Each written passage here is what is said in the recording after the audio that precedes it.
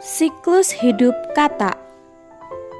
Katak merupakan hewan amfibi atau hewan yang hidup di dua alam, yaitu di air dan di darat. Katak dewasa berkembang biak dengan cara bertelur atau ovipar. Makanan katak adalah serangga seperti lalat, nyamuk, dan laba-laba. Siklus hidup katak terbilang cukup unik. Hal ini disebabkan karena katak kecil hidup di dalam air menggunakan insang, namun ketika dewasa, insang tersebut hilang dan digantikan dengan paru-paru. Siklus hidup katak yang pertama adalah telur.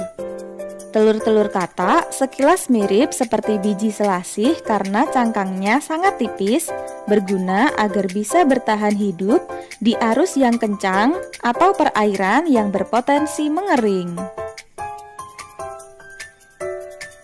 Ketika bertelur, katak betina dapat menghasilkan telur sebanyak 5.000 hingga 20.000. Biasanya setelah bertelur, induk katak tidak menunggu telurnya tersebut.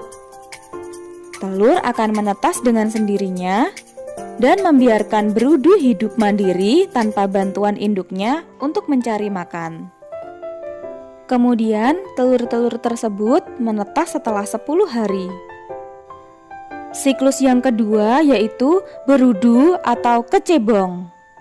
Berudu baru memiliki insang setelah 2 hari menetas dari telur. Pada fase ini, berudu hidup eksklusif dalam air selama 5 hari sampai mereka berubah menjadi katak muda.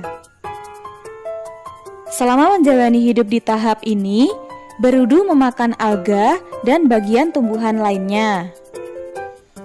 Siklus yang ketiga yaitu katak muda.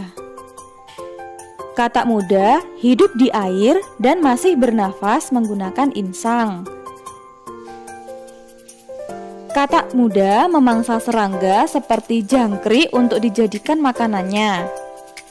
Setelah 3 minggu, kulit mulai tumbuh menutupi insang.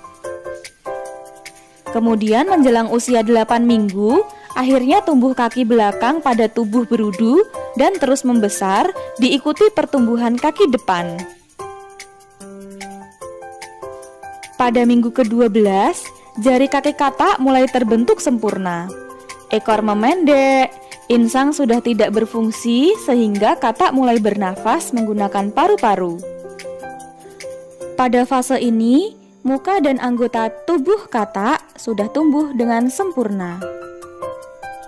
Siklus yang keempat yaitu katak dewasa. Ketika dewasa, katak lebih sering menghabiskan waktunya di daratan.